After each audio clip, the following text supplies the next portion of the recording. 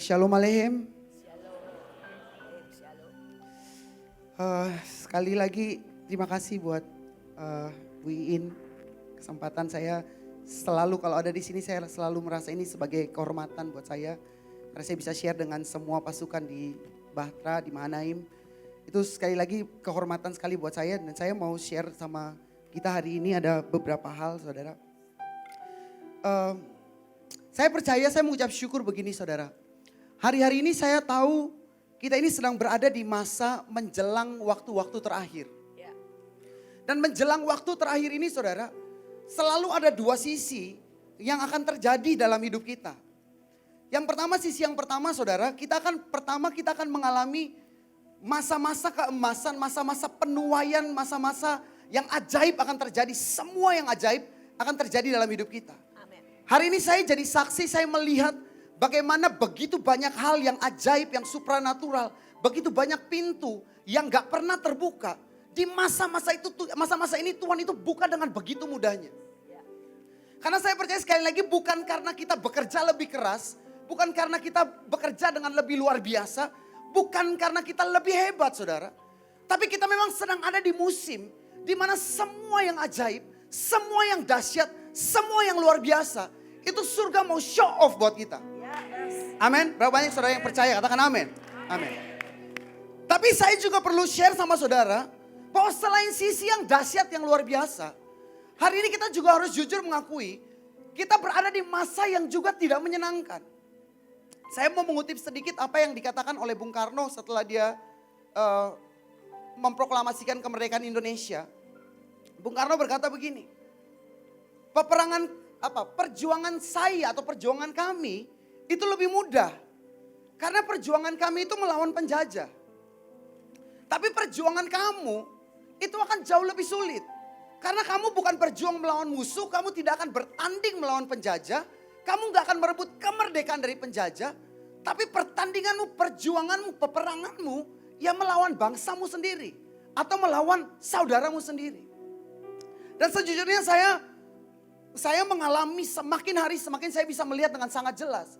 Bahwa selain yang dahsyat, selain yang ajaib, selain pintu-pintu gerbang baru yang Tuhan bukakan. Selain yang luar biasa, yang supranatural. Nanti saya akan share sama saudara beberapa hal supranatural yang hari-hari ini kami alami dengan cara yang luar biasa. Tapi juga ada sebuah masa di mana kita tidak akan berperang hanya melawan iblis. Berapa banyak saudara percaya iblis itu sudah dikalahkan oleh darah anak domba. Amin. Firman Tuhan berkata di masa ini Tuhan akan berperang berperang ganti kamu dan kamu akan diam saja. Tapi persoalan kita hari ini, peperangan kita, pergumulan kita yang terbesar bukan lagi melawan iblis, bukan hanya melawan iblis. Tapi peperangan kita terbesar karena kita harus menghadapi saudara sendiri, keluarga sendiri, orang-orang yang menyebut dirinya gereja, orang-orang yang menyebut dirinya Kristen. Hari ini itu adalah pergumulan kita tersendiri. Dan saudara, saya beberapa waktu ini ketika kami makin masuk semakin dalam ke dalam pergerakan saudara. Saya bertemu dengan ternyata orang yang hari ini menghalangi pergerakan Tuhan lebih besar. Dan saya tahu ini bukan rahasia umum lagi saudara. Bukan dari kelompok yang seberang saudara. Yang hari ini penghalang terbesar untuk sebuah pergerakan itu bisa maju dengan lebih cepat, berkembang dengan lebih luar biasa. Justru adalah saudara kita sendiri.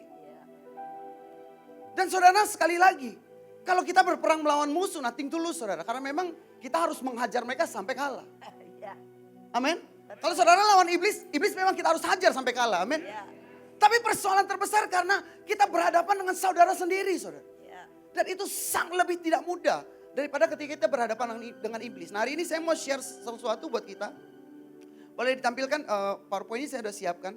Saya kasih judul share saya hari ini ialah undesirable atau undesirable. Ini saya sengaja pecah beberapa kata supaya nanti kita akan belajar. Ternyata ada sebuah perjalanan ketika kita masuk dalam peperangan di akhir zaman. Di mana kita perlu mengenali mana yang menjadi saudara dalam perjalanan. Tapi mana yang menjadi saudara yang harus kita perlu hati-hati ketika kita memutuskan untuk berjalan bersama dengan mereka. Nah Next slide, saya mau ajak kita baca dalam Hakim-Hakim 12 ayat 6. Mari kita bacakan bersama-sama, saya udah taruh di sini. Kita bisa baca sama-sama, 1, 2, 3. Maka mereka berkata kepadanya, coba katakan dahulu, Shibolet. Jika ia berkata Sibolet, jadi tidak dapat mengucapkannya dengan tepat, maka mereka menangkap dia dan menyembelinya dekat tempat-tempat penyeberangan sungai Yordan itu. Pada waktu itu tewaslah dari suku Efraim 42.000 orang. Jadi saudara, saya sedikit cerita flashback tentang latar belakang ayat ini saya ambil saudara. Kalau saudara belajar di Hakim-Hakim pasal 11, itu adalah masa di mana hakim yang Tuhan pilih untuk memerintah. Pada masa itu namanya Yefta. Saya tahu mungkin saudara udah baca, saudara udah kenal, saudara mungkin udah mendalami juga. Tapi saya mau ajak kita untuk share dan melihat dari sudut pandang yang sedikit berbeda. Kalau saudara tahu latar belakang siapakah Yefta? Yefta ini anak dari seorang laki-laki bernama Gilead. Yang ketika Gilead ini menikah dengan istrinya dan belum mempunyai anak, Gilead ini memutuskan untuk meniduri seorang perempuan sundal atau seorang pelacur. Jadi Gilead sudah menikah, belum punya anak dari istri sahnya, dan dia sudah kebelet pengen punya anak. Akhirnya dia mendatangi perempuan sundal dan dia meniduri perempuan sundal itu dan lahirlah Yefta ini saudara. Anak pertama dari Gilead yang lahir dari seorang perempuan sundal. Jadi saudara highlight pertama-tama. Siapa itu Yefta? Pertama dia adalah seorang anak laki-laki dari perempuan sundal. Kalau saudara tahu dalam kebudayaan Ibrani Israel pada waktu itu, perempuan sundal aja itu sudah begitu najis. Saudara bayangkan ini anak yang lahir dari rahim seorang perempuan sundal. Itu keturunannya jauh lebih najis daripada mamanya sendiri. Saudara. Sampai ketika anak-anak daripada Gilead yang dari istri sahnya lahir, kemudian mereka ngusir Yefta keluar karena mereka berkata, kamu anak perempuan sundal. Kamu bukan anak yang sah yang lahir dari rahim perempuan yang benar. Jadi kamu gak akan mendapat warisan bersama dengan kami. Saudara bayangkan, udah anak perempuan sundal selama hidupnya dihina, dianggap rendah, dipandang sebelah mata saudara. Baru saja punya keluarga, adik yang baru, yang dia sedang bersuka cita karena punya keluarga yang baru. Diusir keluar karena dianggap kamu tidak berhak dapat warisan. Jadi Yefta itu hidup dalam penolakan demi penolakan. Bayangkan setelah dia sudah diusir keluar, dia bukan pergi ke tempat yang lebih baik. Karena saya percaya di Israel semua orang sudah tahu pada waktu itu. Kalau dia ini anak perempuan sundal, dia nggak mungkin diterima di kalangan orang-orang Israel pada waktu itu. Sehingga ketika dalam pelariannya, saya membayangkan dia datang ke satu keluarga dan berkata, mau nggak kamu menerima saya? Karena saya terusir dari keluarga saya. Karena saudara belajar ya, dalam kebudayaan Ibrani itu, ketika seseorang itu terusir atau seseorang itu keluarganya meninggal atau perlu diadopsi, maka yang berhak untuk mengadopsi itu harusnya keluarga dekat. Makanya sebenarnya alasan yang tepat hari itu Yefta datang ke satu keluarga demi satu keluarga dan menawarkan diri, mau nggak kalian mengadopsi saya? Saya ditolak sama keluarga saya karena katanya mama saya perempuan Sunda. Dan satu keluarga yang pertama berkata, nggak bisa. Kalau kami menerima kamu, kami sama aja menerima aib dalam rumah kamu, dalam rumah kami. Dan kemudian dia datang lagi ke keluarga berikutnya, mau nggak? Kamu terima saya. Saya ini ditolak sama keluarga saya. Saya ini nggak dianggap, saya ini anak perempuan sundal. Seumur hidup saya dihinakan. Dan sekarang saya ditolak karena saya dianggap akan merusak warisan daripada keluarga besar saya. Dan kemudian keluarga kedua berkata, mohon maaf Yefta, demi kepentingan bersama, supaya kami juga nggak terusir dari masyarakat karena menerima aib seperti kamu. Kami nggak bisa menerima kamu. Dan datang ke keluarga ketiga, dia dapat jawaban yang sama. Keempat sama, kelima dapat jawaban yang sama. Saudara bayangkan, saya ajak saudara berimajinasi. Kalau saudara jadi Yefta, rasa pahitnya itu seperti apa? Ditolak bukan hanya oleh keluarga intinya, tapi oleh semua kaum Israel. Sehingga saudara bayangkan pada akhirnya Yefta memutuskan untuk dia pergi bergabung dengan kelompok-kelompok perampok di tanah Nob, saudara. Yang saya mau ajak saudara perhatikan, Yefta ini luar biasa. Karena kelompok di mana dia bergabung di tanah Nob ini bukan perampok biasa. Orang-orang di tanah Nob ini bukan sekedar orang yang suka merampok, tapi dalam tanda kutip mereka ini perampok baik-baik. Waduh, ada perampok kok baik-baik ya. Tapi ini benar-benar kelompok perampok baik-baik. Kenapa? Kelompok pasukan perampok di mana Yefta bergabung ini adalah perampok yang selalu tugasnya ialah menghadang bangsa lain yang mau merampok Israel. Jadi mereka itu selalu menghalangi kalau ada bangsa lain yang mau datang merampok Israel. Maka pasukan perampok dari Nob yang bersama dengan Yefta ini yang akan berdiri. Enggak boleh, kamu enggak boleh ngerampok Israel. Kalau kamu merampok Israel, kamu harus langkahin dulu mayat kami. Jadi bayangkan ya, udah perampok, udah ditolak sama keluarga, ditolak sama bangsanya. Tapi dia tetap berkata, sekalipun saya ada dengan kumpulan perampok, tapi saya tidak akan menyakiti bangsa. Bahkan yang sudah menolak saya. Saudara bayangkan. Inilah seorang Yefta. Jadi kalau saudara bayangkan ya, Yefta ini saya mau ajak saudara untuk berimajinasi sebentar saudara. Yefta ini adalah seorang pahlawan. Tapi yang lahir dari penolakan. Dia seorang pahlawan, tapi yang sebenarnya lahir tidak pernah diinginkan. Tapi pada akhirnya firman Tuhan berkata, ketika saudara baca di nanti Hakim-Hakim pasal 11 berkata, inilah Yefta, hakim, baru kemudian diceritakan semua aibnya masa lalunya. Firman Tuhan berkata, firman Tuhan menghormati dia sebagai seorang pahlawan, sebagai seorang hakim. Tetapi yang tidak bisa disembunyikan, Yefta ini lahir, hidup, tumbuh, besar dengan tidak diinginkan. Ini yang saya mau share sama kita hari ini. Kalau kita belajar di Alkitab, banyak orang yang jadi luar biasa. Itu justru bukan orang-orang yang lahir diinginkan. Banyak orang di Alkitab yang jadi luar biasa. Justru berasal dari orang-orang yang sebenarnya tidak pernah diinginkan. Saudara-saudara ngerti rasanya ketika tidak diinginkan. Saya bisa sebut aja saudara. Saudara bisa kenal yang namanya Kaleb. Kalau saudara belajar tentang Kaleb, yang artinya anjing itu. Nama Kaleb itu artinya anjing saudara. Makanya kalau di Kahal, saudara, kalau orang lain dianjing-anjingin, marah. Kalau di Kahal dianjing-anjing, kita alhamdulillah. Akhirnya kamu tahu kalau kami anjing gitu ya. Karena kalau saudara lihat Kaleb itu saudara, Kaleb itu sebenarnya bukan orang Yehuda. Sekalipun pada akhirnya Alkitab mencatat Kaleb bin Yefune orang Yehuda. Tapi kalau saudara belajar tentang Kaleb, Kaleb itu adalah orang Kanaan yang kabur bersama-sama dengan orang Israel. Ketika bangsa Israel itu berhasil lolos kabur dari tanah Mesir. Makanya kenapa namanya disebut Kaleb? Karena saudara buat orang Israel, bangsa Goyim atau bangsa non-Israel itu dipandang seakan-akan seperti anjing. Kalau saudara ingat cerita tentang perempuan Sirofenisia waktu dia datang sama Yesus. Yesus itu dalam tanda kutip agak galak karena ngomongin gini. Gak layak sebuah roti yang harusnya buat seorang anak dikasih ke seorang anjing. Atau dia ngomong gini, gak mungkin roti yang buat anak gue kasih sama lu anjing gitu kan.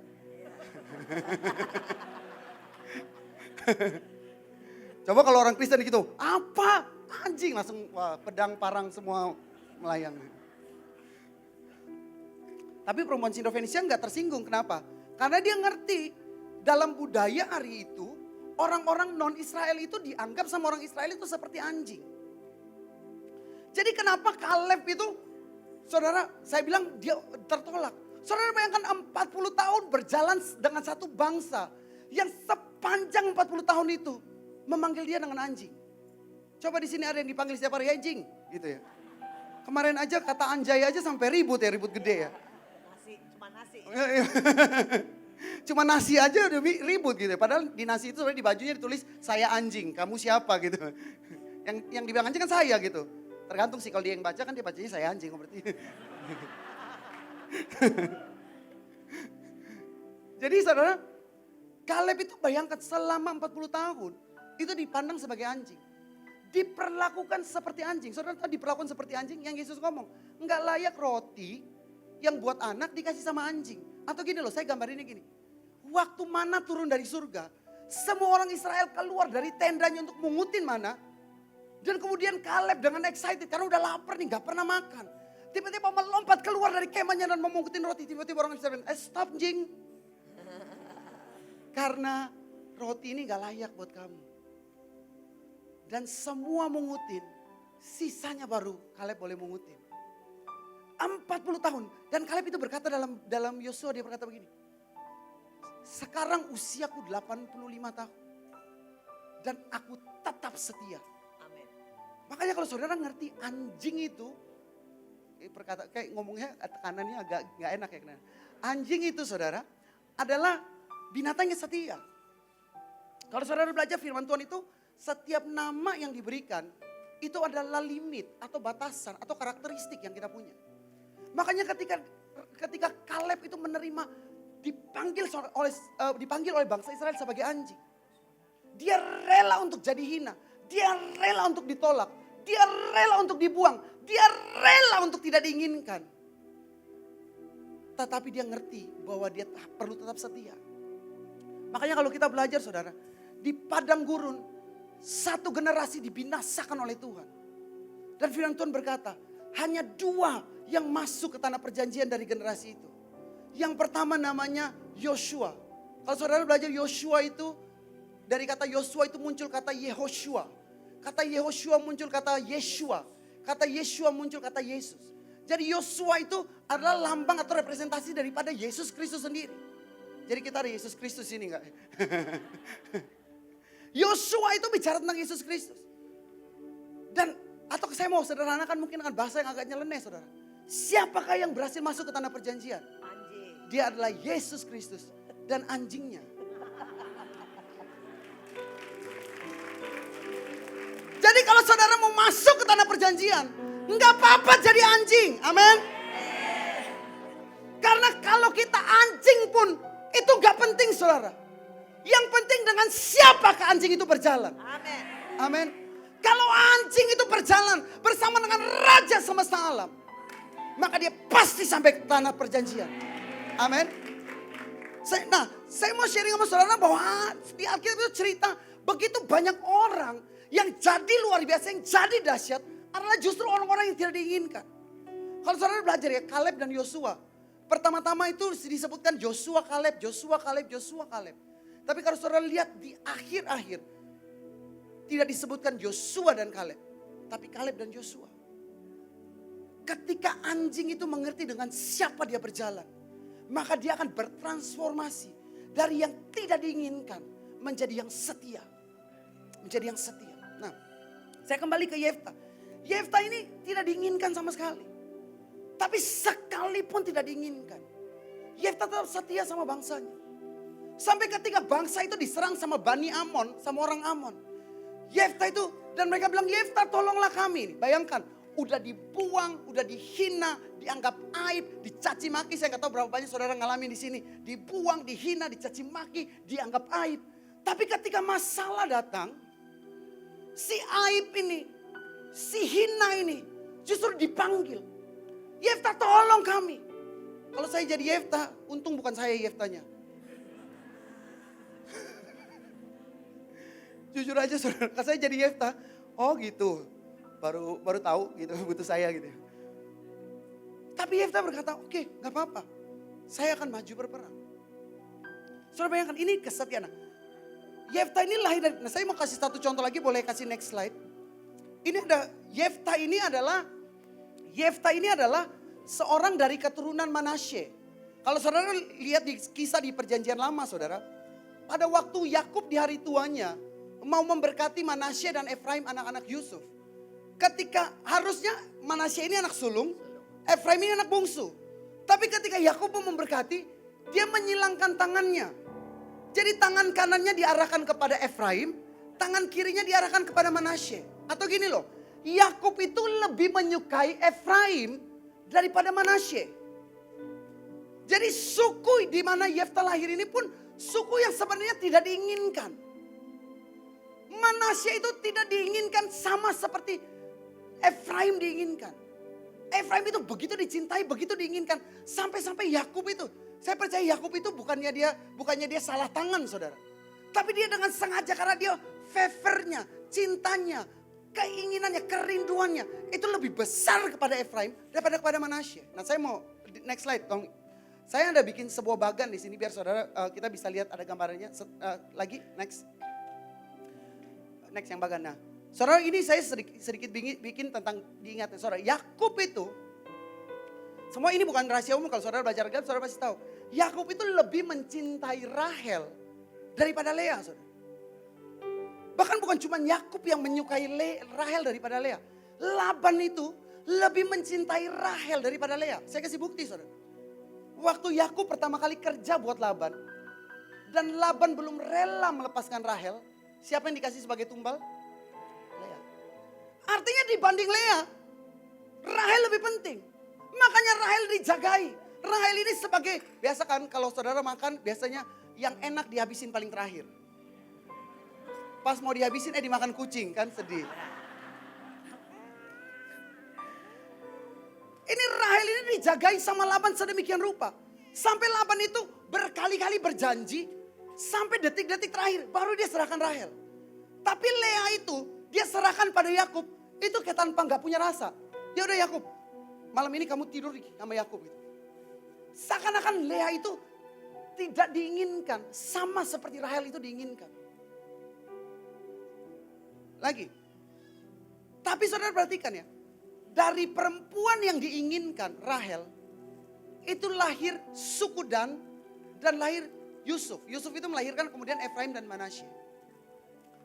Saudara kalau saudara baca di kitab Wahyu, saya ajak dulu kita buka deh. Wahyu pasal 7 ayat 4 dan 8. Saya taruh gak di sini? Kayaknya ada deh. Next slide boleh.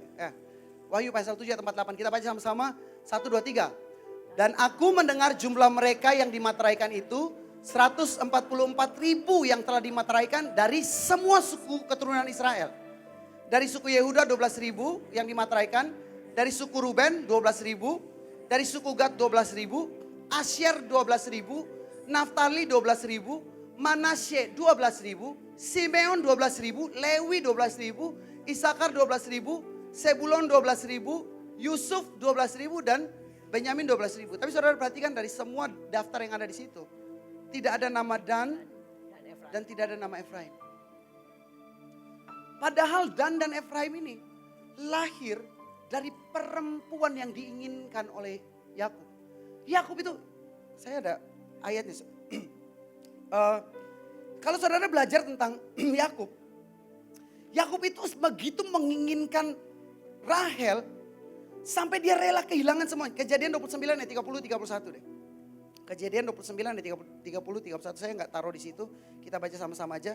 Kejadian 29 ayat 30 dan 31.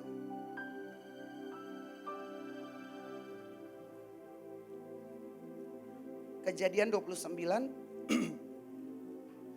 ayat, ini saya mau kasih ayat-ayatnya biar kita lihat sama-sama ya. Kejadian 29 ayat 30 dan 31. Udah ada? Oke, kita lihat di depan aja lah. Sama-sama kita baca, 1, 2, 3. Yakub menghampiri Rahel juga. Perhatikan, malah ia apa? Lebih cinta kepada Rahel dari kepada Lea. Demikianlah ia bekerja pula pada Laban 7 tahun lagi. Ayat 31. Ketika Tuhan melihat bahwa Lea tidak dicintai. Siapa yang melihat? Berarti Tuhan kenal enggak Lea, mengerti enggak, tahu benar enggak kalau Lea tidak dicintai. Ini bukan penulis Alkitabnya yang lihat. Firman Tuhan berkata, ketika Tuhan melihat bahwa Lea tidak dicintai. Saudara bayangkan ya. Atau saya mau ngomong, Lea itu tidak diinginkan oleh Yakub. Lea itu dinikahi secara terpaksa. Lea itu hanya jebakan. Karena Yakub sendiri gak pernah menginginkan Lea. Dia menginginkan Rahel sampai dia rela mengorbankan masa-masa hidupnya. Hanya untuk menantikan seorang Rahel. Tapi saudara bayangkan, dari seorang perempuan yang sangat diinginkan, justru lahir anak-anak yang hilang di akhirnya. Tapi saudara bayangkan dari Lea, coba kita kembali ke chart yang tadi. Dari Lea, boleh slide-nya dikembalikan ke chart yang tadi. Dari Lea saudara, itu justru lahir yang pertama Lewi. Yang kemudian keturunannya adalah Musa dan Harun. Dan dari Lea itu lahir Yehuda yang melahirkan Daud dan melahirkan Yeshua. Saya mau tanya dulu, selama ini yang saya belajar, yang saya tahu saudara. Lea itu seakan-akan kayak ya bukan jadi yang diceritakan sama banyak orang. Karena selalu dianggap perempuan yang gak dianggap, perempuan gak diinginkan. Perempuan yang bukan lahir dari cinta, perempuan yang lahir dari jebakan. Dan Rahel itu semua tuh begitu suka untuk menceritakan tentang Rahel. Kenapa? Anak-anaknya keren-keren. Anaknya namanya Yusuf. Tinggal di Mesir. Kalau saudara tahu pada akhirnya, saudara kalau belajar tentang Yusuf saudara. Saudara tahu pada akhirnya Yusuf itu menikah dengan anak dari imam di Mesir. Imam penyembah berhala saudara. Dan itu yang menyebabkan bangsa Israel gak pernah bisa kembali ke tanah perjanjian. Karena Yusuf terlanjur menjadi nyaman di Mesir. Yusuf terlanjur punya kedudukan. Yusuf terlanjur punya rumah. Yusuf terlanjur punya semua kekayaan. Kenyamanan hidup dia punya. Dan itu yang menyebabkan dia lupa bahwa perjanjian Tuhan bukan untuk bangsa Israel tinggal di Goshen, tapi untuk bangsa Israel pergi ke Kanaan. Dan itu bikin Yusuf nyaman. Oke, cukup di Goshen. Kita di sini bisa makan bawang, makan madu, kita bisa hidup enak. Sampai kadang-kadang saudara, ini yang saya mengucap syukur karena saya punya Tuhan yang seperti ini. Sampai Tuhan itu harus membangkitkan seorang Firaun yang lain. Firaun yang lain yang gak pernah kenal tentang Yusuf. Saudara, kalau hari itu Firaun yang ini gak pernah dibangkitkan sama Tuhan, bangsa Israel sampai selamanya tidak akan pernah sampai ke tanah perjanjian. Jadi kadang-kadang kita gak perlu marah kalau kadang-kadang Tuhan mengizinkan hal yang buruk jadi sama hidup kita. Gak perlu marah kalau kita mulai mengalami satu penderitaan demi satu penderitaan ketika kita ngikut Tuhan. Karena kadang-kadang mulai harus muncul Firaun yang lain supaya kita bisa keluar dari kenyamanan kita dan mulai berjalan menuju tanah perjanjian. Amin. Jangan nangis, jangan marah sama Tuhan. Jangan sedih dulu. Tuhan, kok saya udah melakukan A, B, C. Saya udah doa, saya deklarasi, saya perjamuan kudus. Saya pakai semua cara. Tapi kok saya gak ngalamin. Kok justru penderitaan datang dalam hidup saya.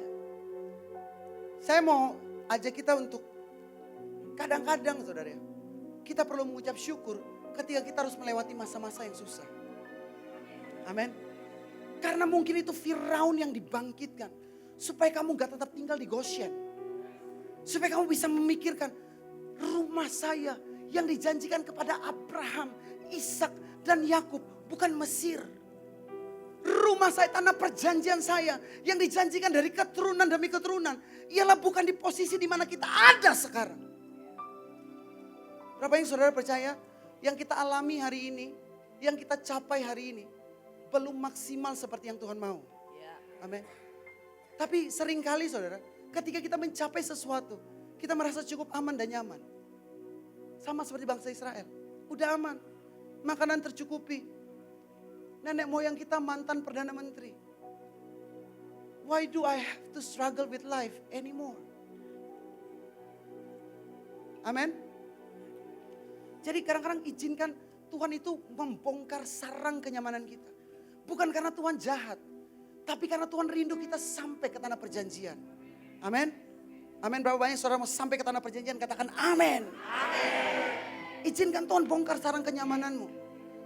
Ketika Tuhan mulai membangkitkan sarang kenyamananmu, berkata ayo maju perang. Ayo gerak, ayo perang. Mungkin ada waktumu yang habis, ada kenyamananmu dibongkar, ada uangmu yang harus ditabur, ada air mata, ada doa, ada darah yang harus ditabur di sana. Tapi itu kesempatan terbaik untuk kita bisa berjalan sampai ke tanah perjanjian. Amin. Saudara, perhatikan, dari Lea yang tidak diinginkan, itu lahir Yehuda yang melahirkan Daud dan melahirkan Yeshua atau Yesus Kristus. Next slide ke yang the way of the elect. Jadi saya mau share dengan kita hari ini. Cara kita untuk masuk dalam peperangan di hari-hari terakhir. Itu ialah sebuah ketika kita menyediakan hati kita. Untuk sebuah kerelaan untuk tidak diinginkan. Sebuah kerelaan untuk tidak diinginkan. Apa yang kita lakukan hari ini? Saya kalau lihat media sosial, saya itu udah sampai capek.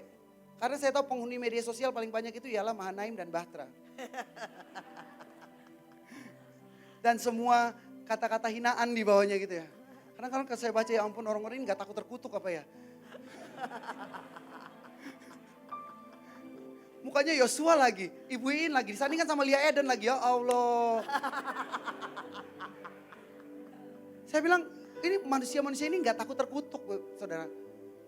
Tapi saudara, yang saya lihat hari ini saudara, ketika saudara jalan di tracknya Tuhan, saudara tidak akan diinginkan oleh banyak orang. Apa yang kita lakukan hari ini, ini bukan pelayanan favorit, bukan pelayanan populer. Orang tidak menginginkan yang saudara lakukan. Ketika saudara nari di jalan untuk sebuah kebangunan rohani, akan muncul kata-kata cemoohan. Akan muncul kata-kata hinaan. Kita akan tidak diinginkan. Kita bukan tidak diinginkan oleh kelompok sebelah. Tapi kita tidak diinginkan oleh keluarga sendiri. Makanya saudara lihat kalau apa yang terjadi sama Yefta. Yefta bukan berperang melawan Amon saja. Ketika Amon ditaklukkan, datanglah Efraim sama Yefta. Saudara buka di Hakim-Hakim 12. Di situ Efraim datang sama Yefta gini. Yefta, kok kamu perang sama Amon, kami gak diajak? Padahal kalau diajak, pada waktu diajak gak ada yang mau saudara. Biasa gitu saudara. Kalau saudara udah menang, semua orang pengen ngaku saudara. Tapi saudara lagi berdarah-darah, bukan saudara gue, bukan saudara gue. Dan itu terjadi saudara. Waktu Yefta ngajak mereka, ayo kita perang sama Amon. Efraim bilang, tunggu dulu. Kalau saya perang apa untungnya buat saya? Kalau saya perang jangan-jangan saya kehilangan harta. Gimana kalau kalah? Banyak orang Kristen itu ketika disuruh Tuhan melakukan sesuatu, pertanyaannya gimana kalau gagal? Betul? Ayo pergi doakan orang mati, bangkitkan orang mati. Dan pertanyaan yang pertama muncul, gimana kalau gak bangkit? Loh gampang saudara, kalau gak bangkit ya dia udah mati dari awal kan? Amin? Kan gak ada resiko doain orang mati Bapak Ibu. Dia gak bisa lebih mati lagi. Doain orang sakit lebih beresiko loh. Saudara doain hari ini, besok dia mati. Masya Allah. Saya lumayan ahli sih dalam hal itu. Kalau ada yang butuh, boleh panggil saya. Doain orang mati itu sebenarnya gak ada resiko. Bangkitin orang mati itu gak ada resiko. Nah saya mau cerita dulu saudara. Ini baru 1 bulan yang lalu kurang lebih. Headline di begitu banyak surat kabar, headline besarnya. Cina sedang mengembangkan teknologi membangkitkan orang mati. Baca ya. Nama teknologinya itu kriogenik. Kriogenik itu kalau orang udah sakit kanker, yang level stadium 4, itu stadium terminal itu saudara, terminal Pulau Gadung, terminal busway dan lain-lain. Itu orangnya dimasukin ke dalam peti es di suhu di bawah minus 22 derajat saudara. Dan dibiarkan kurang lebih selama 15 sampai 20 tahun. Nanti setelah 15 sampai 20 tahun dia itu dibangunkan kembali, dia bangkit dengan kankernya udah gak ada. Tubuhnya tuh seperti fresh baru. Semua organnya bersih. Itu sedang dibuat percobaannya. Nah, bukan itu yang saya mau cerita sama saudara. Tapi yang saya mau cerita, saya heran saudara. Ini yang mengherankan saya. Ketika headline itu muncul, surat kabar itu memberitakan dengan begitu dahsyat sampai Bapak Ibu juga baca. Saya heran loh.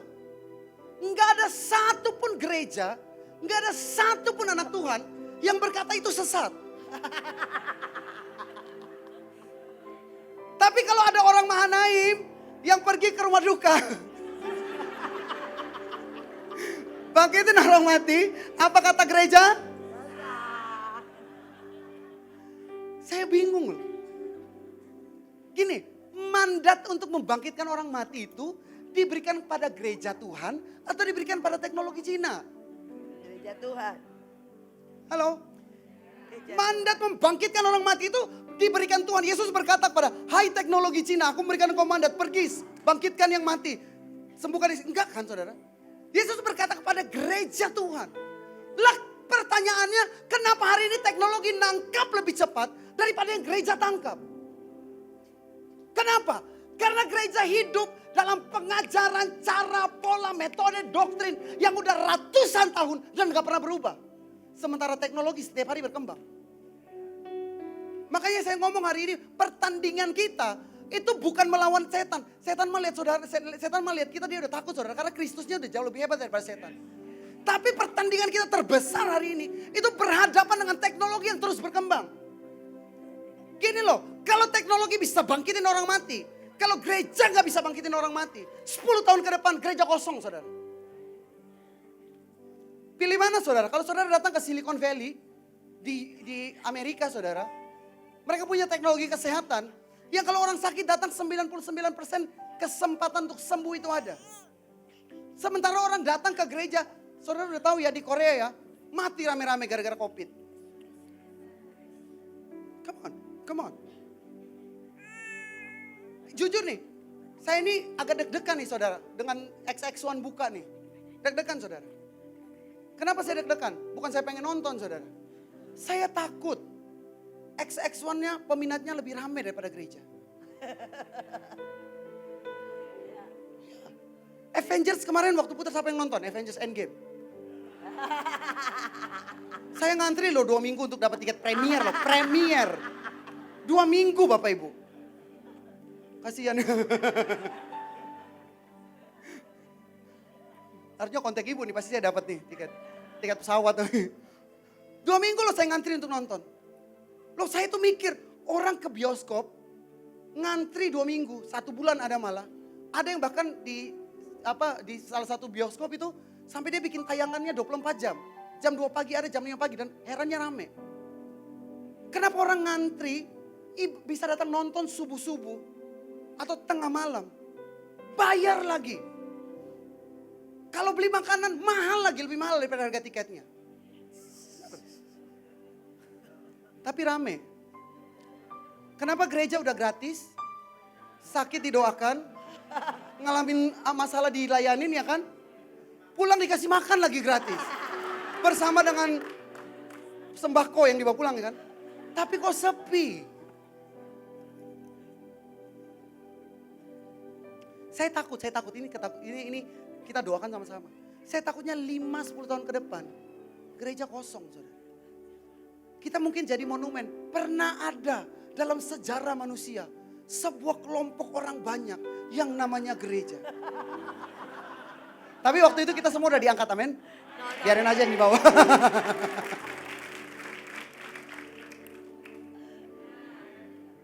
Makanya saya bilang kalau hari ini kita nggak bertobat dari pola kita tidak akan diinginkan. Orang nggak pengen datang ke gereja. Hari ini itu terjadi di Amerika, itu terjadi di Eropa. Saya cerita sedikit, mungkin saudara udah tahu lah tentang kasus yang paling booming yang orang Indonesia lakukan. Sampai BBC itu mau bikin film dokumenternya. Kasusnya apa saudara? Ini kasus laki-laki perkosa laki-laki. Saya sampai bingung kalau laki-laki bisa diperkosa itu. Tapi 120 orang lebih saudara yang diperkosa. Dan kalau saudara tahu ceritanya saudara, anak ini anak baik-baik loh. Orang tuanya bilang anak ini anak rumahan, anak baik-baik. Bahkan salah satu gerejanya di Manchester, itu cerita, kalau setiap kali gereja itu bukan buat acara amal, charity, ini orang yang berdiri di garis depan sampai charity-nya selesai. Artinya ini anak baik-baik, udah Kristen baik-baik pula saudara. Bukan Kristen, Kristen kalau yang kayak gitu.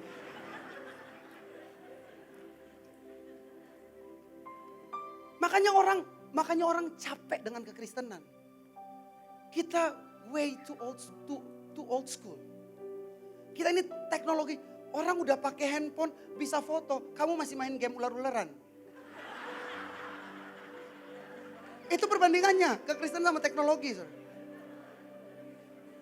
Lo gini loh, siapa di sini yang bisa terbang? Oke, siapa yang pernah terbang? Naik pesawat. Betul, cerdas ya. Di gereja lain saya bilang, saya nanya gak ada yang angkat tangan loh. Naik pesawat itu terbang saudara, walaupun naik pesawat saudara. Gini loh, kenapa teknologi nyiptain kesempatan buat orang bisa terbang. Sekalipun dengan pesawat, hovercraft saudara, itu yang sekarang kan pakai jetpack. Saya waktu Januari kemarin sempat naik kapal pesiar tuh ada satu permainan namanya iFly saudara. Itu masuk ke dalam satu tabung, ada angin kencang dari bawah. Itu kita terbang, benar-benar literally terbang.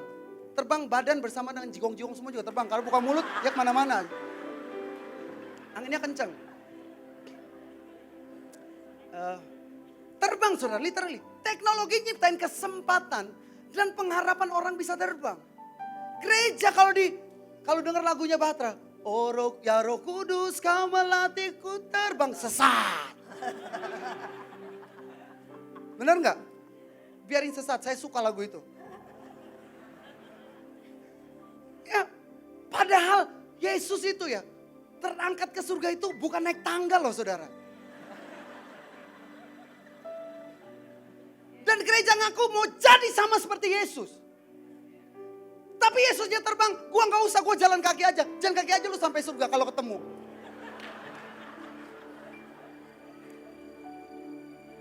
Amin. Teknologi kok bisa menjawab. Saudara, kalau saudara sempat nonton, ada sebuah film, ada 2 film malah sekarang yang saya ketemu. Series di Amazon. Itu film tentang seorang manusia. Ini kalau menurut saudara mungkin hari ini itu cuma film fiksi. Buat saya itu proyeksinya mereka. Karena Hollywood itu selalu akan punya proyeksi dulu sebelum mereka realisasikan proyek. Contoh-contoh.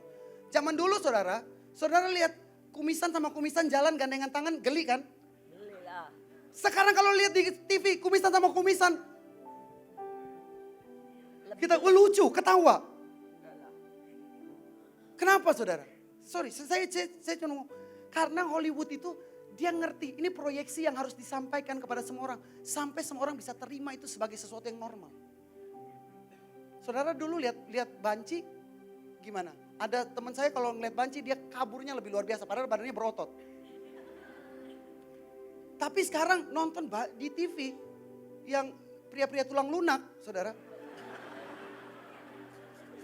Saudara ketawa kan? Lucu banget ya itu pria tulang lunak gitu ya. Ayam kali tulang lunak. Presto katanya, waduh dahsyat banget tuh. Boleh saya pinjam istilahnya. Sekarang kita ketawain loh. Dan kita anggap seperti biasa. Mulai di-accept, mulai diterima. Kenapa? Karena mereka nggak campaign lewat hal-hal yang luar. Mereka tuh campaign lewat entertainment. Saudara lihat, saudara nikmati. Lama-lama saudara terima. Lama-lama kita terima. Lama-lama kita anggap, itu hak asasi manusia. Itu bagian dari kebaikan yang kita harus lakukan pada sesama. Acceptance. Nah, saya mau kembali. Di film di Amazon ini saudara, mereka sedang proyeksiin sebuah teknologi untuk masa depan. Masa depan manusia itu nggak bisa mati saudara. Kenapa? Ada sebuah film judulnya The Uploads. Jadi ceritanya kalau kita mati, kita itu bisa, yang sudah mati itu tubuh kita. Tapi kita yang sebenarnya itu bisa di-upload ke alam virtual. Nanti pulang nonton deh. Di alam virtual itu, jadi seakan-akan alam virtual ini menggantikan surga. Karena cerita surga yang orang Kristen punya, itu ceritanya kuno. Kenapa? Banyak orang Kristen cerita, di surga nanti ngapain? Memuji menyembah Tuhan 24 jam. Hello, 2 jam aja lu bosen. Muji nyembah Tuhan. Saya ketemu sama salah satu hamba Tuhan di Malaysia. Pak, nanti di surga Papa ngapain? Saya muji nyembah Tuhan 24 jam. Wow, malaikat malu dengar suara kamu, saya bilang. Gimana kita muji nyembah Tuhan, malaikat suaranya begitu merdu, kita nyanyi, mulai kunci G, berakhir di kunci Inggris.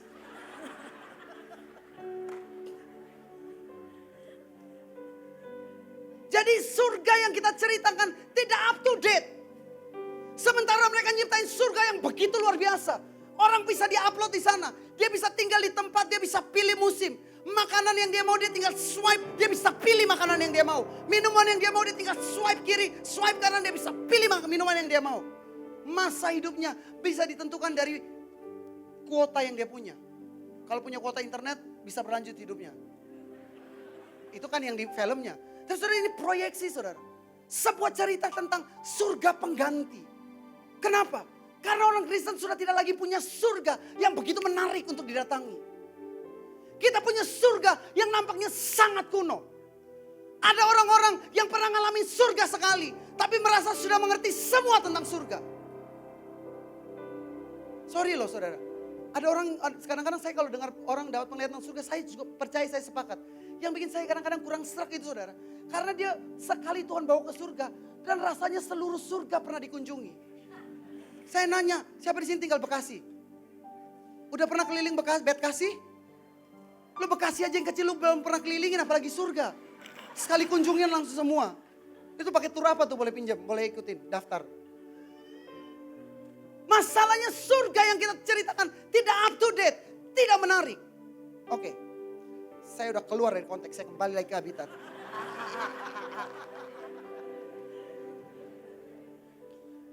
Senang ya? Undang lagi dong. Bercanda bu, ya Allah saya takut sama malaikatnya bu. Tidak usah minta, pasti diundang. Jadi saudara, kita kembali ya. Jadi saudara tahu ya, ini orang-orang yang lahir dan tidak diinginkan.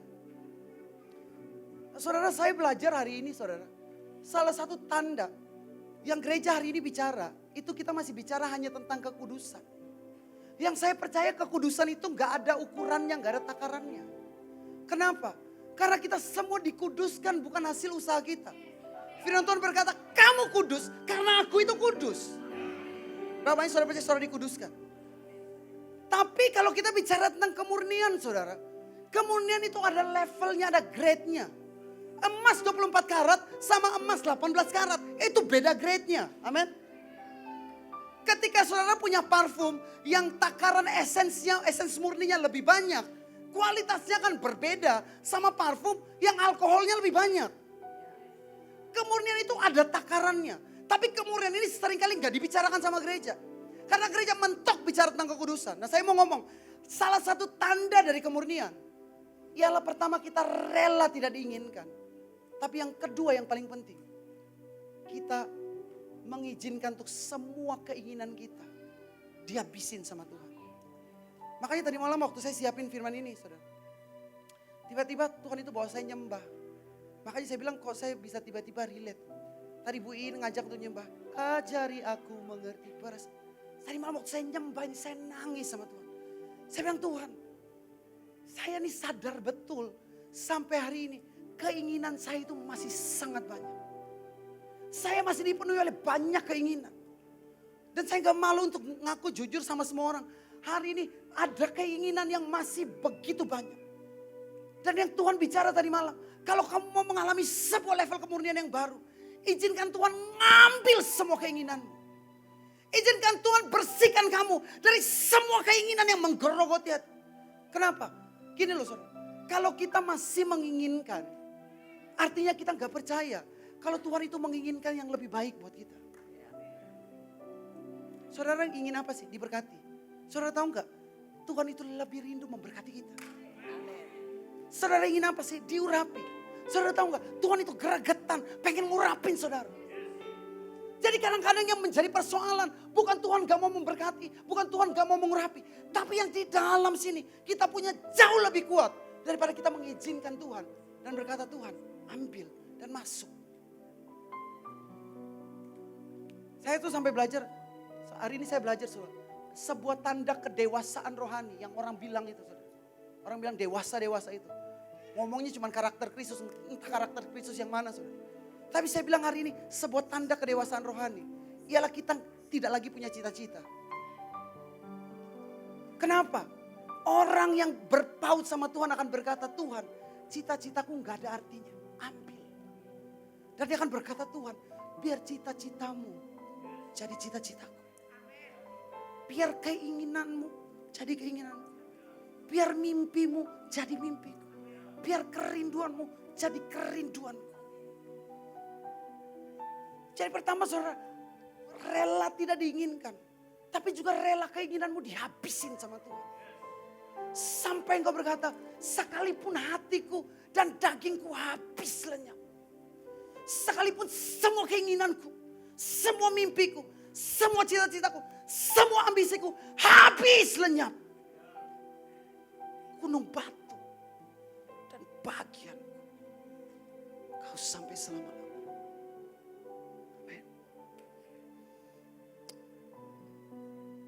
Next saudara. Kemudian di ayat yang tadi kita baca saudara. Ada cara yang dipakai untuk membedakan mana yang orang Efraim, mana yang bukan saudara. Yaitu dari kata shibolet saudara. Boleh ditampilin tadi yang itu bahasa Ibraninya. Kalau saudara belajar kata shibolet yang bahasa Ibraninya tadi yang gambar Ibraninya. Sebelum ini. Nah, perbedaan kata shibolet dan kata sibolet itu terletak pada huruf depannya saudara. Karena kata shibolet itu dimulai dengan huruf shin. Katakan shin. Dan kata sibolet itu dimulai dengan huruf samek saudara. Nah kenapa kata sibolet ini sengaja dipilih? Saya mau cerita dulu sama saudara ini sebuah kesaksian. Saya sangat diberkati hari-hari ini. Saudara, kata sibolet ini artinya sebuah tangkai dengan bulir saudara. Boleh gak saya minta ke slide yang paling terakhir? Slide yang paling terakhir. Sebuah tangkai dengan bulir. Nah, Saudara, Pak Rohani saya, Pak Biantoro ini baru pulang dari Amerika. Kemarin dengan anugerah Tuhan mereka datang ke tempat-tempat di mana pernah terjadi kebangunan rohani. Mereka datang ke Azusa Street, mereka datang ke banyak toko-toko kebangunan rohani pada waktu itu. Dan di beberapa tempat saudara, mereka itu dengan anugerah Tuhan, ini kita baru terima di Amerika saudara, dapat tangkai beserta bulir gandum saudara. Itu dapatnya supranatural saudara, karena di tempat-tempat tertentu aja ini dapat. Dan itu kita udah tes di lab kemarin, emas, terus yang warnanya putih itu sebagainya silver, sebagainya emas putih saudara. Dan ada juga 3 bintang saudara. Yang di tengah-tengahnya ada batu, itu udah dicek, batu safir, apalagi batu zamrud sama berlian. Yang bintang yang di tengah itu. Dan bintangnya itu terbuat dari perak saudara. Tiba-tiba saudara ketika saya renungin sibolet ini. Sibolet ini adalah sebuah kata yang dipakai untuk Yefta. Nguji mana yang Efraim, mana yang bukan. Saya mau ngomong hari ini, peperangan Yefta itu gak mudah. Kemarin dia lawan Amon, musuh. Tuhan bilang memang bangsa Amon harus dibinasakan. Tapi hari ini dia harus melawan Efraim. Efraim itu saudaranya Manasye. Dan Manasye itu adalah keturunannya daripada Yefta. Saya mau ngomong hari ini di peperangan terakhir saudara. Kita akan mengalami dijegal bukan oleh musuh saudara. Kita akan mulai dijegal oleh saudara sendiri. Akan datang orang-orang yang menamai dirinya Kristen. Menamai dirinya anak Tuhan. Menamai dirinya gereja. Tapi mereka akan menghalang-halangi saudara untuk masuk dalam pergerakan Tuhan. Kita akan dijegal bukan sama orang-orang yang gak percaya sama Tuhan. Kita akan mulai dihalang-halangi. Kita akan mulai dijegal. Kita mulai akan diperangi oleh sesama gereja. Makanya saya bilang hari ini perjuangan kita tidak begitu mudah. Karena kita berhadapan dengan saudara sendiri. Yefta berhadapan dengan Amon. Dia sekali maju, Amon tuntas habis lenyap. Tapi untuk berhadapan sama saudaranya sendiri, dia sampai harus bikin password saudara. Kalau orang itu bisa nyebut Shibolet dan bukan Sibolet, maka dia jangan dibinasakan. Kenapa? Karena begitu susahnya. Begitu susahnya harus berhadapan dengan keluarga atau saudara sendiri. Nah kalau saudara belajar kata Shibolet. Boleh di next slide, saya mau sharing sedikit sama saudara. Yang kata Shibolet yang pertama itu dimulai huruf Shin. Kata Sibolet itu dimulai dari huruf Samek. Next slide, dua slide berikutnya. Saudara, gimana? Untuk masuk dalam peperangan kita perlu mengenali siapa itu Efraim. Saudara yang memusuhi kita. Yang pertama saudara, huruf Sin ini saudara adalah huruf ke-21 yang dibunyikan seperti S atau Sh gitu ya. Nah saudara kalau saudara belajar dari Ibrani kuno saudara. Di Ibrani kuno itu Shin itu nggak pernah ada. Di Ibrani awal-awal huruf Shin itu nggak pernah ada. Kenapa?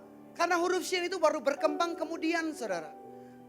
Huruf Shin itu lahir dari huruf Samek saudara. Jadi kalau nggak pernah ada Samek, nggak pernah ada Shin saudara. Dulu ketika huruf Shin belum ada, untuk huruf SH orang menggunakan huruf Samek dan huruf He. Sedangkan untuk SY orang menggunakan huruf Samek dan huruf Yod saudara. Tapi kemudian setelah sekian lama akhirnya huruf Shin ini lahir juga. Atau saya mau sederhanakan gini, huruf Shin itu lahir dari Samek. Apa yang saya mau sampaikan buat saudara?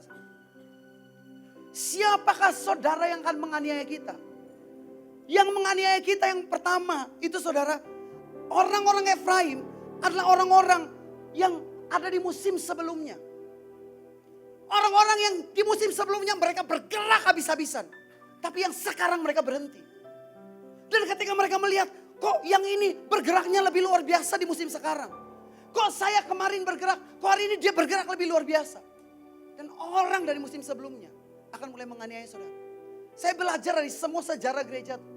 Yang menganiaya gereja atau gereja Katolik pada waktu itu karena baru satu agama aja pada waktu itu. Ialah kelompok Yudaisme, Yahudi, orang Israel saudara. Kemudian gereja Katolik yang dianiaya oleh Yahudi. Ketika muncul gereja Protestan, maka Katolik ini menganiaya gereja Protestan. Martin Luther ya. Ini lingkaran setan saudara. Yang kita harus putuskan, nggak boleh terjadi dalam generasi selanjutnya. Protestan dan Injil dan Metodis saudara tahu dalam perjalanannya menganiaya gerakan Pentakosta. Saya itu lahir dari papa seorang yang masuk dalam pelayanan Pentakosta mula-mula. Saya itu lahir, saya ngelihat bagaimana papa saya ketika ngalamin pertama kali kepenuhan Roh Kudus. Orang Kupang ya saudara, cuma sekolah rakyat saudara. Tapi ngalamin kepenuhan Roh Kudus tiba-tiba bisa khotbah dalam bahasa Mandarin selama 1 jam. Wow. Itu saya jadi saksi, saya ngelihat. Waktu ngalamin kepenuhan Roh Kudus. Enggak pernah belajar bahasa Mandarin, ya Allah kulitnya aja saudara udah tahu kan. Jauh dari kemandarinan gitu ya. Mata aja udah tahu kan saudara. Saya cuma mau bilang saudara, yang menganiaya kita itu selalu orang dari musim sebelumnya. Kalau kita mau mengenali Efraim itu siapa? Efraim adalah orang yang kemarin dipakai Tuhan. Tapi yang hari ini menghalang-halangi orang di musim ini yang sedang dipakai Tuhan. Dan itu terjadi sama gereja. Yang menghalangi kita maju, itu adalah saudara yang kemarin dipakai Tuhan. Yang kemarin dipakai Tuhan luar biasa. Tapi yang hari ini melihat mana yang bergerak semakin gila. Dan mereka mulai berkata, sesat. Itulah Efraimmu. Dan Tuhan berkata, firman Tuhan berkata, Yefta menghabiskan seluruh kaum Efraim. Saya nggak bilang, saudara turun kita bantai semua gereja. Enggak saudara. Maafkan saya, bukan itu tujuan saya. Tapi kita harus bergerak semakin dahsyat. Kita harus bergerak semakin dahsyat. Sampai kemuliaan Tuhan dinyatakan. Amin. Berikutnya saudara. Efraim itu adalah orang yang merasa levelnya lebih tinggi. Dan merasa berjasa. Kenapa? Dari Samek, dari kandungan Samek lah lahir Shin. Kadang-kadang saudara saya mau ngomong ya. Ketika kita melakukan lebih banyak. Enggak gampang untuk ngontrol hati ini untuk enggak bangga. Saya tuh suka dengan Bapak Rohani kemarin hari Jumat baru ngomong begini. Bisa enggak kalau kamu doa 10 jam. Kamu enggak memandang remeh orang yang doanya 10 menit. Enggak gampang ketika kita melakukan lebih banyak. Kita bisa ngontrol hati kita. Untuk bisa menghormati orang yang melakukan lebih sedikit. Makanya saya sekali lagi, saya enggak meninggikan manusia. Saya sangat mengucap syukur. Karena hari ini Kahal berpartner dengan Bu Iin. Jujur ini, saya ngomong jujur. Sejujurnya, Kahal itu makanan apa saudara? Makanan kecil jenis apa orang gak tahu. Kalau harus punya cukup kerendahan hati yang cukup saudara. Untuk yang besar mau memberikan tangannya untuk bekerja sama yang kecil. Ini menganggap partner loh, bukan anak buah loh saudara. Karena dan sejujurnya saudara, Bu, orang mau ngomong apapun tentang ibu, saya melihat teladan yang sangat luar biasa lewat ibu. Saya sangat diberkati. Saya kemarin ke Medan sempat ngobrol sama anak rohani yang baru gabung sama Kahal. Si Bu Iin itu gimana sih ceritanya? Dan sejujurnya Bu, mereka tuh udah punya stigma karena mendengar hanya dari isu banyak orang. Dan ketika saya cerita, kamu gak tahu perempuan yang orang hina itu. Cintanya buat Indonesia. Yang dia lakukan buat Indonesia. Kita yang menghina dia gak bahkan melakukan seujung kuku pun buat bangsa ini. Dan kita dengan cepat memperkatakan perkataan yang sembarangan. Dan saya mau ingatkan saudara, kalau saudara gak tahu apa yang pemimpinmu perjuangkan. Jangan cepat-cepat berkomentar. Jangan cepat-cepat berkomentar.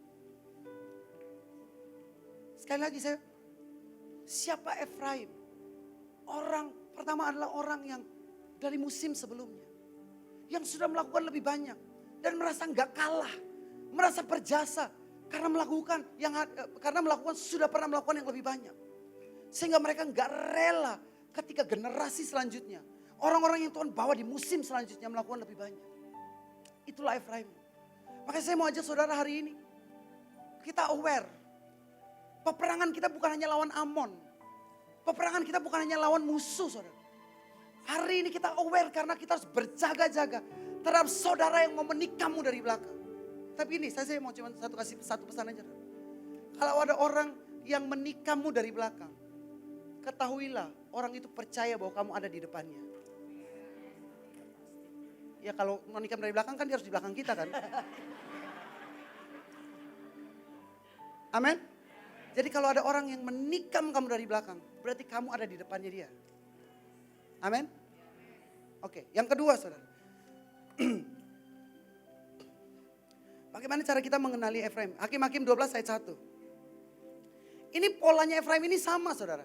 Ini dikatakan ketika zaman Yefta, orang Efraim ini datang dan ngomong sama Yefta. Yefta kok kamu perang gak ngajak-ngajak? Ternyata ini bukan pertama kali terjadi sama Efraim. Ya. Di Hakim-Hakim pasal 8, next slide. Di Hakim-Hakim pasal 8 saudara. Ketika zaman Gideon, Ya. orang Efraim yang sama datang sama Gideon dan berkata, apa macam perbuatanmu ini terhadap kami? Mengapa engkau tidak memanggil kami ketika engkau pergi berperang melawan orang Midian? Ya. Dan saudara tahu jawabannya Gideon yang meneduhkan hati mereka. Gini loh, saya pakai bahasa Indonesia aja. Bro, bukannya gua gak mau ajak lu. Gua tahu lu udah hebat banget. Ya. Lu sekali mukul aja seluruh bangsa Midian beserta seluruh raja-rajanya mati semua. Jadi biarlah kami ini ngerjain yang kecil-kecil. Nah saya mau ngomong, mengalahkan Efraim itu ialah dengan kerendahan hati yang semakin banyak. Ketika dicaci maki, ketika direndahkan, rendahkan lagi. Kita rendahkan diri lagi. Ketika orang hina kamu, turun lagi semakin dalam. Ketika kamu direndahkan, turun lagi. Sampai serendah-rendahnya. Sampai mereka gak tahu gimana caranya lebih rendah lagi. Itu yang Gideon lakukan. Dia gak perang dengan mengangkat senjata. Ketika dia ngalamin itu, dia turun sampai ke dasar. Dan saya ngomong hari ini, kita akan bertemu keluarga, saudara, Kristen, gereja yang akan merendahkan kita habis-habisan. Saya tahu di media sosial, saudara akan dikampanyekan seakan-akan pengikut ajaran sesat, pengikut ajaran setan dan lain-lain saudara. Tapi semakin kita direndahkan, kita akan turun semakin dalam. Karena hanya orang yang pernah turun ke bawah, yang bisa Tuhan bawa naik terbang lebih tinggi. Amin. Oke. Saya lanjutin. Next slide, saudara. Ini akan cepat, akan segera selesai. Pendeta gitu kalau disuruh khotbah gak kelar-kelar.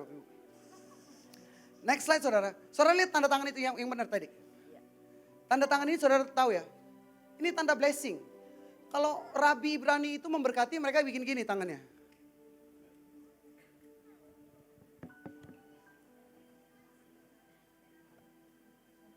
Ini huruf Shin saudara.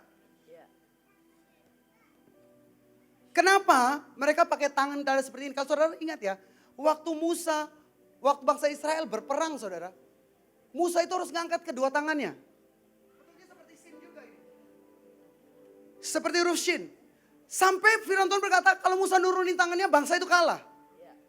Sampai Harun sama Hur harus nopang kedua tangannya. Kenapa? Kenapa? Ini penting dalam peperangan saudara. Ini bukan hanya blessing. Ini bicara tentang syad saudara. Next slide, next slide. Kata syad ini saudara, itu yang kemudian diterjemahkan jadi Shaddai. El Shaddai. Kata syad itu artinya ada penyertaan dan ada penyediaan dari Yahweh. Amin. Jadi ketika caranya membedakan siapa itu yang Efraim saudara. Efraim itu suka pakai huruf Samek. Samek itu saudara, ialah kalau dipasangkan dengan huruf Mem saudara. Itu kode bagi orang Ibrani untuk nama Samael. Kalau saudara tahu nama Samael, itu yang orang Kristen bilang Lucifer. Lucifer itu bukan nama setan saudara. Lucifer itu nama uskup saudara. Uskup yang gak setuju saat waktu itu dan kemudian dikatain Lucifer. Akhirnya dia diidentikan sama setan. Tapi malaikat yang jatuh itu namanya Samael. Kalau saudara belajar nanti, boleh cek di Google aja saudara, saya dengan cepat. Orang Ibrani itu percaya surga itu ada 7 level.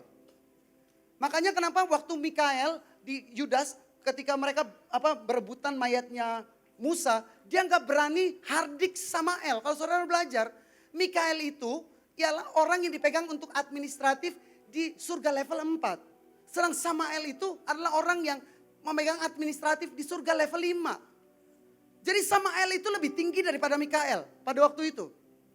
Sebelum jatuh saudara. Makanya ketika Mikael berhadapan, Mikael nggak berani hardik.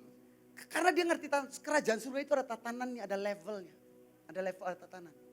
Nah kalau saudara belajar, Samael ini bicara tentang malaikat jatuh saudara. Orang Efraim kenapa dia suka sama malaikat jatuh? Orang Efraim itu hari itu hidup bergaul bersama dengan bangsa Aram, bersama dengan bangsa Amon, saudara. Sehingga lidah mereka tidak terbiasa mengucapkan shin. Lidah mereka terbiasa mengucapkan samek. Mereka, atau gini loh saudara. Karena kita itu apa yang keluar dari mulut kita. Apa yang kamu ucapkan itu kamu. Ketika mereka memperkatakan maut, kerajaan maut, maut, kerajaan maut, kejatuhan. Maka jadilah mereka dikuasai oleh kejatuhan dan kerajaan maut. Ketika orang Israel, saudara dari kata shin ini, dari huruf shin ini saudara. Muncul kata Shema. Shema ini awal kata dari Shema Israel, Adonai Elohenu. Dengarlah Israel. Akulah Tuhanmu Allahmu. Kalau saudara kata Shema itu kemudian ada janji berkat di sana. Bisa bicara lihat di kitab imamat saudara. Kata Shema. Jadi atau gini loh, yang orang Israel caranya mengalahkan Efraim.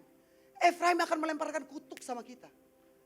Tapi kita akan menggantikan perkataan kutuk itu dengan berkat. Amin. Ketika dia berkata sesat, kita berkata ya, kita disesatkan ke jalan yang benar.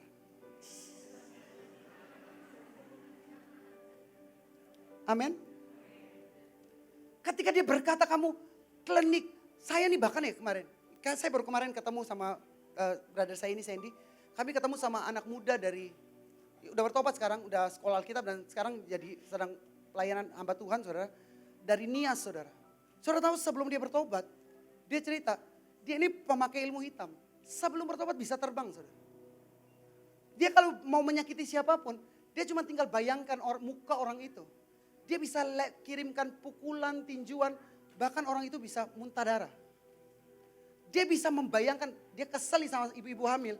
Dia bisa membayangkan ibu itu dalam meditasinya dia. Dia bisa nahan yang harusnya lahir 9 bulan 10 hari. Bisa lahir 10 bulan, 11 bulan. Gak bisa dibuka loh kandungannya. Hamil. Tapi saudara tahu ketika dia bertobat, dia bilang satu kali pelayanannya butuh motor. Dia bilang gini, orang Kristen itu kalau berdoa minta sama Tuhan gak pernah spesifik. Dan dia mau yang spesifik. Dia datang ke dealer motor saudara. Dia lihat motornya, dia perhatikan baik-baik. Yang jenis yang mana, modelnya seperti apa. Dia pulang, dia doa dengan cara apa saudara. Dia duduk, dia imajinasi. Dan dia mulai doakan. 2 jam saudara. 2 jam kemudian. Ada orang datang bawa motor itu persis. Dianterin buat dia. Dia cuma pengen uang beberapa juta saudara. Dia datang ke salah satu toke di Gunung Sitoli saudara. Dia bilang pinjam duitnya, keluarin dulu. Si toke ini heran kenapa dikeluarin. Dia bilang saya butuh duit. Dikira mau diambil duitnya. Enggak, saya cuma butuh duit, saya cuma butuh lihat. Dia lihat, dia perhatikan baik-baik. Kemudian dia mulai bayangkan. Dia mulai imajinasikan saudara. Dan duit itu bisa tiba-tiba datang. Hanya dalam waktu beberapa saat. Ada orang nganterin duit. Pak, persis sama. Jumlah seperti yang ada di toke itu. Saya cuma ngomong gini saudara. Kalau hari ini orang berkata kita klinik, kita aneh, kita dukun. Saya cuma mau ngomong. Kalau dukun bisa sakti. Masa Tuhan kalah sakti sama dukun? Kalau dukun bisa terbang. Setan bisa terbang. Anak setan bisa terbang. Saya percaya yang dalam sini semua gak ada yang anak setan ya, amin. Yeah. Anak Tuhan harusnya jauh lebih sakti. Amin. Karena warisan kerajaan surga disediakan buat saudara dan disediakan buat saya, amin. Amin. Jadi ketika kita bisa mengubah blessing, kutuk itu menjadi blessing. Amin. Gini, kalau orang lemparin kita pakai kotoran, pakai tai saudara. Kita punya pilihan 2 saudara. Saudara mau marah-marah karena saudara lemparin tai. Atau saudara mau ambil tainya saudara dijadiin pupuk supaya pohonmu lebih berbuah. Ya. Amin. Saudara dilempari batu, saudara punya pilihan. Mau ambil batunya ditimpuk balik orangnya. Atau saudara mau ambil batunya, saudara susun, saudara bikin jadi mesbah, jadi bangunan, jadi rumah. Amin. Jadi kita bisa ngubah semua kutuk yang dilemparkan atas hidup kita jadi berkat. Dan hari ini saya perkatakan semua kutuk yang dilemparkan atas Bahtera, atas Mahanaim, diubah Tuhan jadi berkat supranatural. Amin. Amin. Ini tahun mencipta saudara, kita perkatakan yang dahsyat terjadi. Nah, next slide. Jadi Efraim itu adalah orang yang selalu membawa kerajaan maut kemanapun dia pergi. Hidupnya tidak membawa pengharapan bagi orang lain. Next slide. Ini yang terakhir saudara. Gimana kita belajar untuk mengenali Efraim saudara. Sin itu adalah huruf, kalau hari ini saudara belajar, itu huruf dipakai untuk lambang kemiliteran Israel. Sedangkan Samek itu dalam piktografi Ibrani itu artinya duri saudara. Gini, saya mau jelasin perbedaannya. Buka dulu deh 2 Korintus 12 ayat 7. Oh ada, saya ada taruh di situ. 2 slide setelah ini. 2 Korintus 12 ayat 7. Habis itu saya jelasin sama saudara. 2 Korintus 12 ayat 7. Nah kita baca sama-sama 1, 2, 3. Dan supaya aku jangan meninggikan diri karena pernyataan-pernyataan yang luar biasa itu. Maka aku diberi suatu duri di dalam dagingku. Yaitu seorang utusan iblis untuk menggocok aku. Supaya aku jangan meninggikan diri. Duri itu bicara tentang sesuatu yang kita belum menang sama diri kita sendiri. Karena duri itu untuk menggocok kita. Duri itu menggocok kita. Ini bedanya sin sama Samek. Kalau sin itu bicara soal perang saudara. Militer maju perang. Firman Tuhan berkata orang yang maju dalam peperangan. Prajurit yang maju dalam peperangan. Itu tidak memusingkan diri dengan penghidupan pribadinya. Bedanya Efraim. Yang Efraim masih belum menang sama dirinya sendiri. Banyak orang boro-boro masuk dalam peperangan besar. Sama dirinya sendiri gak pernah menang. Boro-boro Tuhan bisa masuk dalam berkat yang lebih besar. Dipercayakan berkat yang sedikit aja udah gak tahu gimana cara mengelola. Boro-boro Tuhan mempercayakan bangsa-bangsa. Pelit meditnya minta ampun. Mimpi ngasih makan bangsa-bangsa. Tapi orang susah di sebelahnya gak pernah dikasih makan. Ketika ada salah satu teman saya. Dia seorang leader dari salah satu gereja saudara. Saya gak perlu sebut nama gerejanya kan gak etis.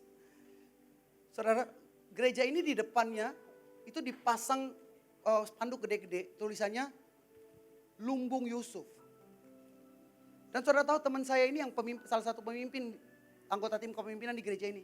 Tiba-tiba dia keluar dari gereja ini. Saya ketemu dia, saya nanya, kenapa kamu keluar dari gerejamu? Bukannya gerejamu Lumbung Yusuf itu luar biasa loh. Dia bilang, apaan Lumbung Yusuf? Spanduk ditaruh depan gede-gede Lumbung Yusuf. Orang miskin di depan gereja, enggak pernah dikasih makan. Sejujurnya saudara, kalau kita belum menang sama diri sendiri, bagaimana Tuhan bisa mempercayakan yang lebih besar sama kita? Ada sebuah cerita yang agak sedikit miris saudara. Satu ketika kami sedang bawa bantuan saudara, karena di daerah Angke ada kebakaran besar. Kami ngumpulin pakaian layak pakai, masukin dalam beberapa karung, kita bawa dengan mobil kijang. Kita sampai ke Angke, kita turunin. Lagi nurunin pakaian layak pakai ini.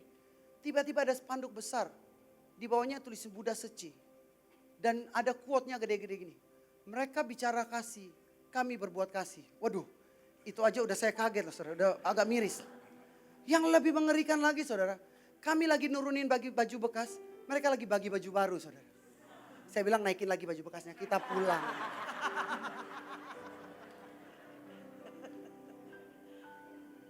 Sorry itu saya kadang-kadang mimpi besarnya Tuhan nggak pernah jadi sama kita.